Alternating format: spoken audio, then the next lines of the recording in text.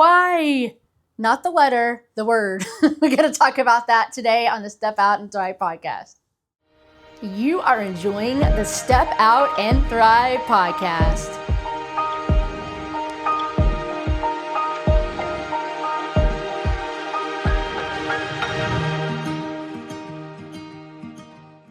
Hey, welcome to the Step Out and Thrive podcast. My name is Bethany B. And I'm so excited that you're here. And are you in the right place? Well, I'm assuming you are, because you are probably one of those people who pour out continually to other people, whether you're a teacher, whether you're a pastor, whether you're a parent. I just realized some of those words have P's in them. Regardless of what you do, you probably have ways in your life that you find yourself pouring out to other people. And maybe you've had that experience where you walk into a room and go, does anybody really see me? And 9 times out of 10, they might not, because, well, they need you. They need what you have to offer. And a lot of times we just need that place where we can just fill up and where we can be seen, where we belong, where we know where we can become who God wants us to become. And we have people that believe in us. Not because of what we do, but because of who we are. And that's what Step Out and Thrive has to offer. We're right in the middle of a series. It's all about curious questions. And I love today's question because it's one word. And a lot of times when I ask this, people are like waiting, like they're usually sharing. And they're just like, I say it and they're just like, is there more? You know, the question is why? W-H-Y ? So many people I know do not ask this question, or they ask it once and they just let it be.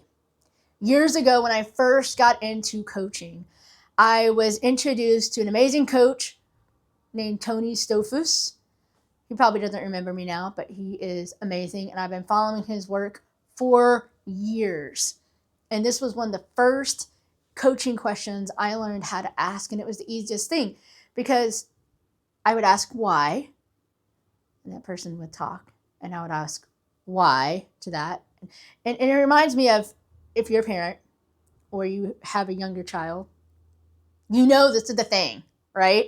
They go through this phase where they ask why, and it drives parents like me nuts. But I will remember, there was one time, I remember this, that one of my kids were younger, and I was out preparing a message for something. And I honestly, y'all, I don't remember what it was, but I had my Bible out. I had my notebook out. I was working on something. And I think probably what was going on is they wanted me to play with them.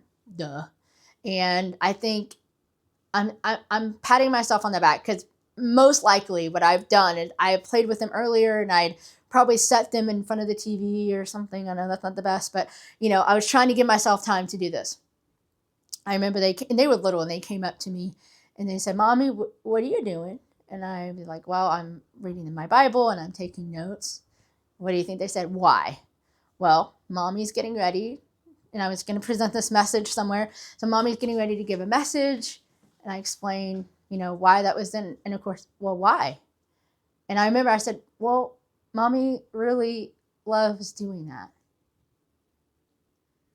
And I remember stopping, because I was feeling something at the moment. And of course he responded, "Why?" And for the first time I sat there and I'm like, because I grew up in a tradition where women didn't really stand in front of a big group and give a message. It wasn't a thing. And no matter how you grew up, what denomination you're in, I'm not getting into all that, but I had a lot of negative self-talk about what I could do. Am I stuck between, I'm so excited, I love doing this, but can I? And I don't know if it's right, and maybe I shouldn't be feeling this way. And all of this, where I was trapped inside of me. And these questions that my kiddo was asking me was bringing up emotion to me that I didn't even know existed. And I remember sitting there and going, why? Why, God? Why am I so excited about giving these messages? Why? And I remember he was telling me so many times when I would sit into church services, or I'd be part of the audience and I'd watch something and go, "Oh, this is so boring. God gave us this amazing story, this exciting moment, and you're making it Make it fun. Make it exciting. Make it engaging. And I said, oh, I see what you're doing there. And for the first time, I realized I gave myself permission to be me. And I remember when I gave that message, I remember what it was. It was for a retreat. When I gave that message, I allowed myself to just be the animated version of myself. And it was amazing. It was the beginning of some of my public speaking. This is years and years ago. So you see how powerful that why question is. So when we do that, when we're curious, when we do it in the right way, we're not sitting there going, condemning, we're not being annoying. But when we're getting curious with someone and we realize they may be in a loop where they're not really going somewhere, or maybe they're saying that they're doing something and you can tell they're not sure why. When we ask them that why question again, and the why question again, that invites them to get curious about what they're doing. And when we do that, we invite them into connection and curiosity. So again, when can we do this? Another great way of doing this is during our quiet time. When I'm listening to my Bible and I'm going, well, why was that important? Why did he do that? Why is this so a part of the story? And I allow myself to get curious with that as well. So there's so many parts to this. I hope that you're sitting now with this question to see how important this is to you. And I would love to hear maybe the areas that you're taking away from this, but maybe some places where you are walking away with why, and where you could put this into practice.